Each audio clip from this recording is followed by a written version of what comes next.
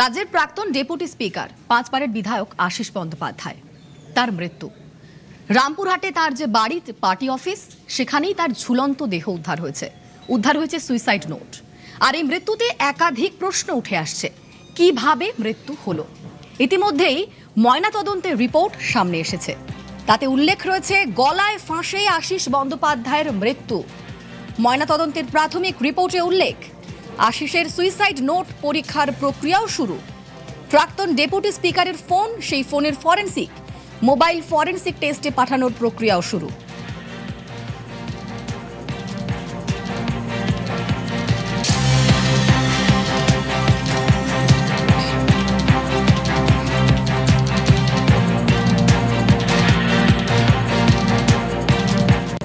আমরা unnatural death case রুজু করে ওটাতে ইনকোয়ারি করছি। অ্যান্ড ইনকোয়ারিতে আমরা যা বিএনএসএস এর প্রভিশন আছে, প্রভিশন অনুযায়ী ইনকোয়েস্ট করা হয়েছিল অ্যান্ড পোস্টমর্টম এক্সামিনেশন করা হয়েছিল।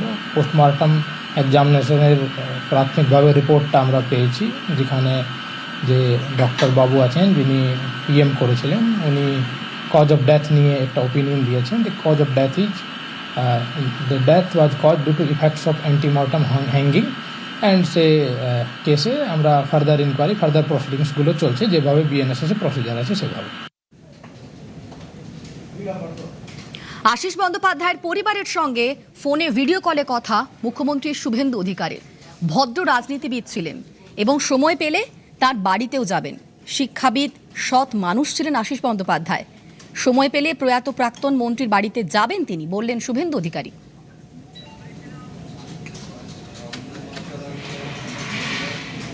আমাদের বোলপুরের এমপি অসিত মাল মহোদয় ওনার বাড়িতে ছিলেন।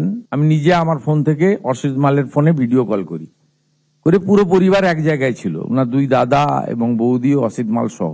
তাদের প্রতি সমবেদনা জানিয়েছি, পাশে থাকার অঙ্গীকার দিয়েছি। আর আমি ওনাদেরকে জানতে চেয়েছিলাম যে আপনাদের কেউ উত্ত্যক্ত করেছেন কিনা, এর মধ্যে কিছু ঘটেছে কিনা এই আমাদের এই 100 দিনের মধ্যে। বাড়ির লোক তো বলছে আমাদের সঙ্গে তো সবার সম্পর্ক ভালো, বিজেপির লোকজন তো অধিকাংশই ওনার ছাত্র, আমার ছাত্র, ওনার দাদারাও শিক্ষক সম্ভবত। তা আমি তাদের পাশে দাঁড়ানোর কথা বললাম। ये बहुत दुखद इंसिडेंट है। अच्छा आदमी था, एडुकेटेड आदमी था, मेरा साथ भी अच्छा रिलेशन था। मैं बताया मेरा मौका मिलते ही मैं परिवार का साथ मुलाकात भी कर लूंगा। परिवार के साथ मेरा बहुत अच्छा रिलेशन है।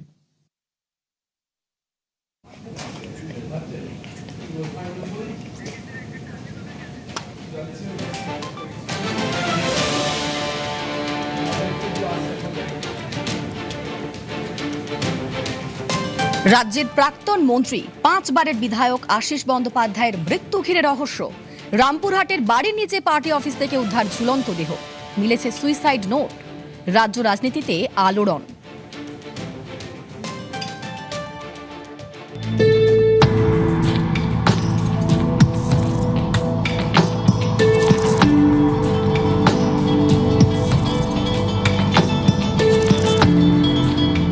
স্বাধীনতা দিবসে পতাকা তুলেছেন, হাসি মুখে গল্প করেছেন দলীয় কর্মীদের সঙ্গে।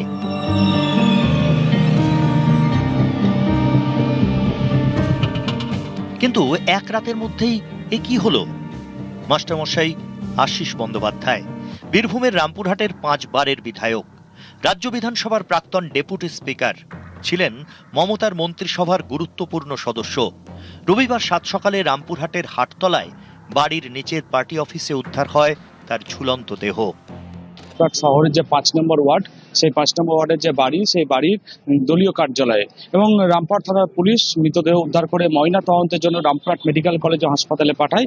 12টা পর্যন্ত আমরা বসে একসাথে সব ভাই সবাই গল্প করেছি। গোটা ফ্যামিলি ছিল সেখানে উপস্থিত। কিছু বোঝা যায়নি। উঠে গেলেন, ভাত খেতে গেলেন, নিজেই দরজা বন্ধ করলেন। সকালবেলাতেই শুনছি এই ইনসিডেন্ট ঘটে গেল। মৃতদেহর পাশ থেকে উদ্ধার হয়েছে ছাপানো প্যাডের পাতায় হাতে লেখা সুইসাইড নোট। শুরুতেই লেখা, ছাত্রাবস্থা থেকেই রাজনীতির সঙ্গে যুক্ত, কোনোদিনই কোনো দুর্নীতির সঙ্গে জড়িত হয়নি। পুরো পরিবার এক জায়গায় ছিল, তাদের প্রতি সমবেদনা জানিয়েছি, পাশে থাকার অঙ্গীকার দিয়েছি। আর আমি ওনাদেরকে জানতে চেয়েছিলাম যে আপনাদের কেউ উত্ত্যক্ত করেছেন কিনা, এর মধ্যে কিছু ঘটেছে কিনা এই আমাদের এই 100 দিনের মধ্যে। পুলিশকে একটু সহযোগিতা করুন। আমি ডিজিপি এবং এসপি বীরভূমকে নির্দেশ দিয়েছি মোবাইল ফোনগুলো যেগুলো উনি ইউজ করতেন সেগুলো যদি পুলিশকে দেন, পুলিশ তদন্ত করে দেখবে দুর্নীতিগ্রস্ত কোন লোকজন উনাকে ভয় দেখিয়েছে কিনা। প্রাথমিকভাবে যা প্রাইমা ফেসি দেখা যাচ্ছে, এটা it appears to be suicide. বাদ বাকি আমরা ইনকোয়েস্ট এন্ড যে পোস্টমর্টম গুলো হবে তারপর আমরা ইনকোয়ারি করে দেখছি। আমার যতটা নলেজ আছে ওনার বিরুদ্ধে পুলিশের কাছে কোনো অভিযোগ ছিল না। আশিস বন্দ্যোপাধ্যায় রামপুরহাট কলেজের প্রাক্তন সহকারী অধ্যাপক, বাংলা পড়াতেন। বর্ধমান বিশ্ববিদ্যালয়ে ছাত্র নেতা হিসেবে রাজনীতিতে হাতেখড়ি। 1987 ও 1992 সালে রামপুরহাট বিধানসভা থেকে কংগ্রেসের টিকিটে ভোটে লড়ে হেরে যান। তৃণমূলের জন্মলগ্ন থেকেই আশিস ছিলেন মমতা বন্দ্যোপাধ্যায়ের সঙ্গে। 2001-এ ভরা বাম জামানায় প্রথমবার রামপুরহাট থেকে তৃণমূলের টিকিটে বিধানসভায় যান আশিস বন্দ্যোপাধ্যায়। এরপর 2026 পর্যন্ত টানা 25 বছরের বিধায়ক। মন্ত্রী হিসেবে সামলেছেন কৃষি, শিক্ষা, বায়োটেকনোলজির মতো দপ্তর। 2021-এ বিধানসভায় ডেপুটি স্পিকার হন। গত বিধানসভা নির্বাচনে রামপুরহাট বিধানসভায় বিজেপি প্রার্থী ধ্রুব সাহার কাছে হেরে যান। তবে ব্যক্তিগত সম্পর্কে কখনো ফাটল ধরেনি।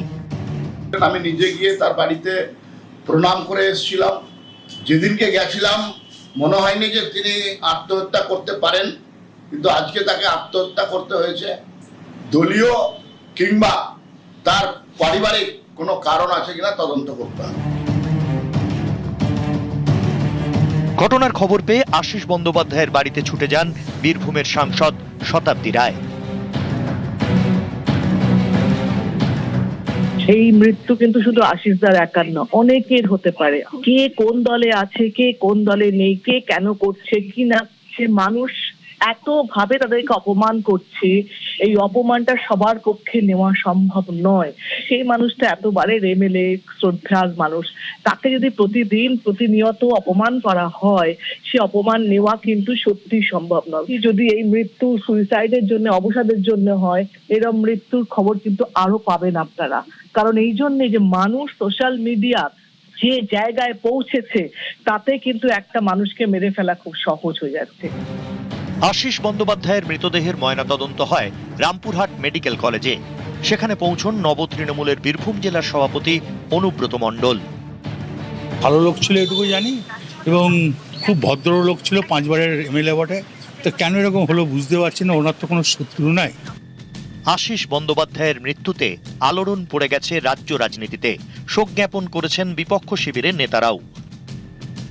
ছোট থেকে ওনাকে যতটুকু দেখেছি, চিনেছি, মিশেছি, কাকা নির্লোভ ছিলেন, খুব ভীতু ছিলেন, কিন্তু কাকাকে শিখণ্ড করে অনেকেই তো অনেক কিছু করেছে। মমতা বন্দ্যোপাধ্যায়ের সঙ্গে যখন কেউ ছিল না, তখন আশিস বন্দ্যোপাধ্যায় রামপুরহাটে ছিলেন। খুব সহজ সরল জীবন ছিল, সজ্জন মানুষ ছিলেন, মিষ্টভাষী মানুষ ছিলেন। রাজনৈতিক ভিন্নতা থাকা সত্ত্বেও খুব ভালো সম্পর্ক ছিল। স্থানীয় প্রশাসন, পুলিশের কাছে আমরা বলেছি নিরপেক্ষ তদন্ত হোক, কিন্তু কেন আত্মহত্যা হলো, বিশেষ করে পার্টি অফিসের মধ্যে কেন এই পরিস্থিতি তৈরি হলো, তো সেটা পুলিশ তদন্ত করে দেখছে। এর মধ্যে অন্য কোনো ষড়যন্ত্র আছে কিনা।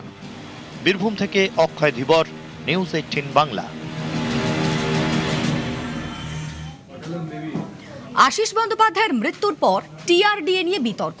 রাজ্যের প্রাক্তন মন্ত্রী নিজের সুইসাইড নোটে টিআরডিএ নিয়ে লিখেছেন। কি এই টিআরডিএ? তারাপীঠ রামপুরহাট উন্নয়ন পর্ষদ।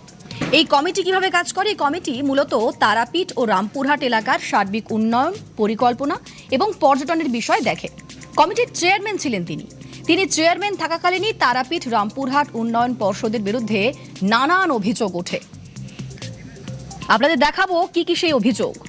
অভিযোগ 1, আয়ের টাকায় মন্দির উন্নয়নের কথা থাকলেও তা হয়নি।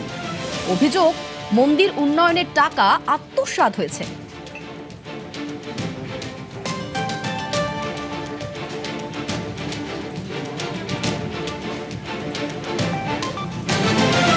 অভিযোগ 2, শ্মশানে গাছ লাগানো থেকে যোগ্য লক্ষ লক্ষ টাকার হিসেব নেই। কৌশিকী অমাবস্যার আয়োজনে বেনিয়মের অভিযোগ। অভিযোগ নম্বর 3, সোলার সিস্টেমে ভোগঘর নির্মাণের নামে লক্ষ লক্ষ টাকা খরচের অভিযোগ। সোলার সিস্টেম ভিত্তিক ভোগঘর তৈরি হলেও তা ব্যবহারযোগ্য হয়নি বলে অভিযোগ। অভিযোগ 4, হোটেল গেস্ট হাউসে তৈরিতে বিস্তর বেনিয়ম। বেআইনি প্ল্যান পাশের অভিযোগ। নিয়ম ভেঙে নির্মাণের এনওসি দেওয়ার অভিযোগ। আশিস বন্দ্যোপাধ্যায়ের মতো একজন রাজনীতিবিদ, যাকে নিয়ে সমস্ত রাজনৈতিক দলের সতীর্থরাও কোনোদিন সে অর্থে কোনো অভিযোগ তোলেননি, সেই ব্যক্তির এভাবে টিআরডিএ সংক্রান্ত বিষয়ে নাম জড়িয়ে যাওয়া বা গত 21শে জুলাই কলকাতাতে আসার পথে তাকে যেভাবে অপমান এবং হেনস্থার শিকার হতে হয়, অনেকেই বলছেন সেটা তাকে ভীষণ রকমভাবে অপমান এবং অস্বস্তির মধ্যে ফেলে দেয়। যেহেতু দীর্ঘদিন ধরে তিনি অধ্যাপনার সঙ্গে সংযুক্ত ছিলেন, ফলে এহেন আচরণ তিনি মন থেকে মেনে নিতে পারেননি।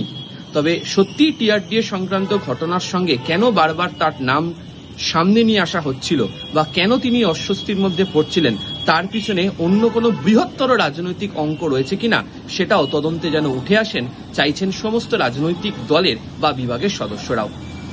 আবির ঘোষাল, নিউজ 18 বাংলা। আশিস বন্দ্যোপাধ্যায়ের সুইসাইড নোটে উঠে এসেছে টিআরডিএ প্রসঙ্গ। তিনি লিখেছেন, এই টিআরডিএতে জেনারেল মিটিং করা ছাড়া আর বিশেষ কোনো ভূমিকা, কোনো দায়িত্বই ছিল না। তিনি লিখেছেন, আমি টেন্ডার কমিটিতে ছিলাম না, আমার চেক পাওয়ার ছিল না, আমি প্ল্যান পাস বা নো অবজেকশন সার্টিফিকেট ইস্যুর ব্যাপারেও ছিলাম না, আমার সঙ্গে এ বিষয়ে কোনোদিন কেউই আলোচনা করেননি, আমারও এইসব বিষয়ে কোনো আগ্রহই ছিল না। আমাকে মেলাইন করার জন্য যা সব করা হলো তাকে ধিক্কার জানাই।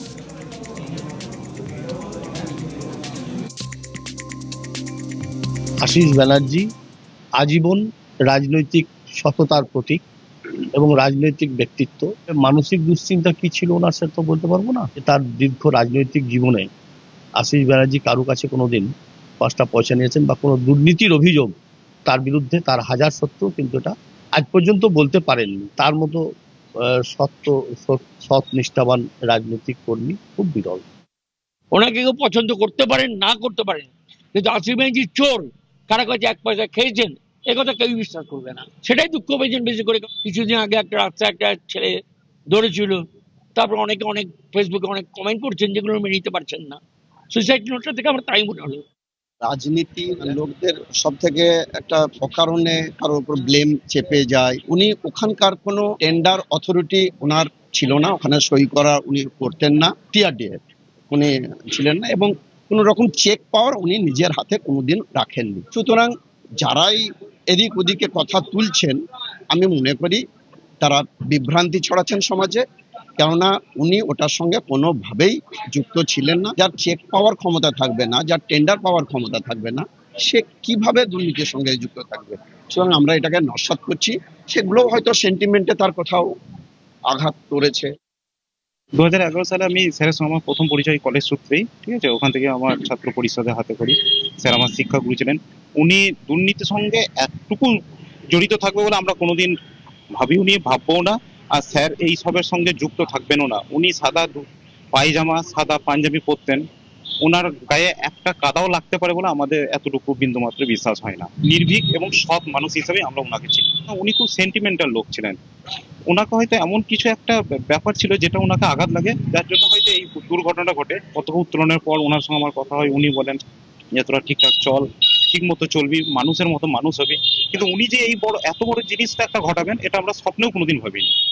আমাদের কাছে ডক্টর আশিস বন্দ্যোপাধ্যায় পরিচিতির প্রথম জায়গাটি হচ্ছে স্যার। তার কাছ থেকে আমি ব্যক্তিগতভাবে বহু কিছু শিখেছি। স্যার আমাদের হৃদয়ে চিরকাল থাকবেন এবং তিনি প্রত্যেকটি মুহূর্তে তার ছাত্রছাত্রী যারা রয়েছেন তাদের প্রত্যেককে জীবন গড়ার জন্য সুপরামর্শ দিয়েছেন, জীবন গড়ার বার্তা দিয়েছেন। এই জায়গা থেকে তিনি জীবন গড়ার কারিগর। সেই মানুষটি এইরকম আকস্মিকভাবে চলে গেলেন আমাদের কাছে একটি বড় ধাক্কা। আমি সকালবেলায় আকস্মিক বার্তা শুনে হতবাক এবং শোকাহত। 40 বছরের বেশি সময় আমি স্যারকে চিনি, স্যারকে জানি। বহু ছাত্রছাত্রী যারা আর্থিকভাবে উন্নত ছিল না, কিন্তু তার কাছে এসে ফিরে গেছে আমার কোনোদিন দেখা নেই। তিনি একজন অজাত শত্রু ছিলেন বলা যায়, কারণ তার শত্রুতা করার কোনো কাউকে দেখিনি। আর যে দুর্নীতির কথা বলা হচ্ছে, এটা তো আমি কখনোই বিশ্বাস করি না।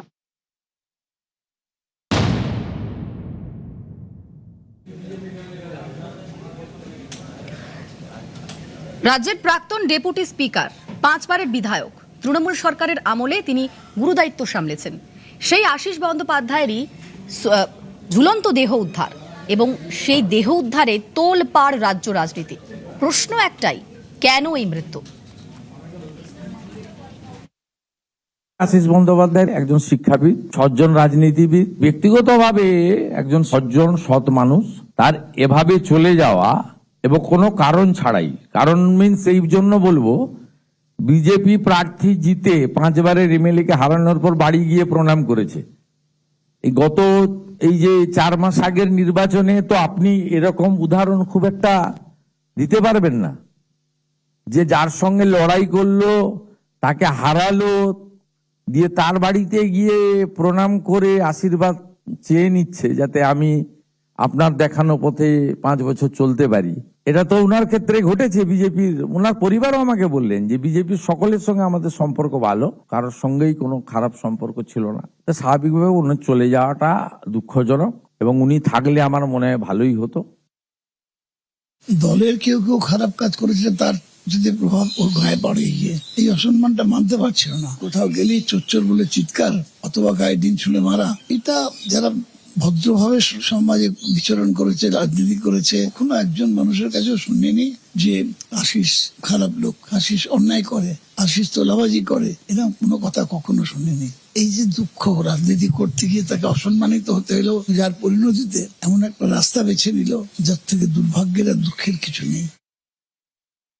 আমার সঙ্গে আশিস দার শুক্রবার একাধিকবার কথা হয়। প্রথমে মনে হয়েছিল যে অবিশ্বাস্য ব্যাপার, আশিস দার সুইসাইড নোট, সেই সুইসাইড নোটটা দেখলাম। সর্বদা সব দলীয় অন্যায় মেনে নিতে না পারলেও প্রতিবাদ করতে পারিনি, যেহেতু আমরা কেউ পারিনি প্রতিবাদ করতে যখন প্রতিবাদ করা উচিত ছিল। যদি বলেন সেই দায় আমাদের, আমরা পারিনি তো প্রতিবাদ করতে।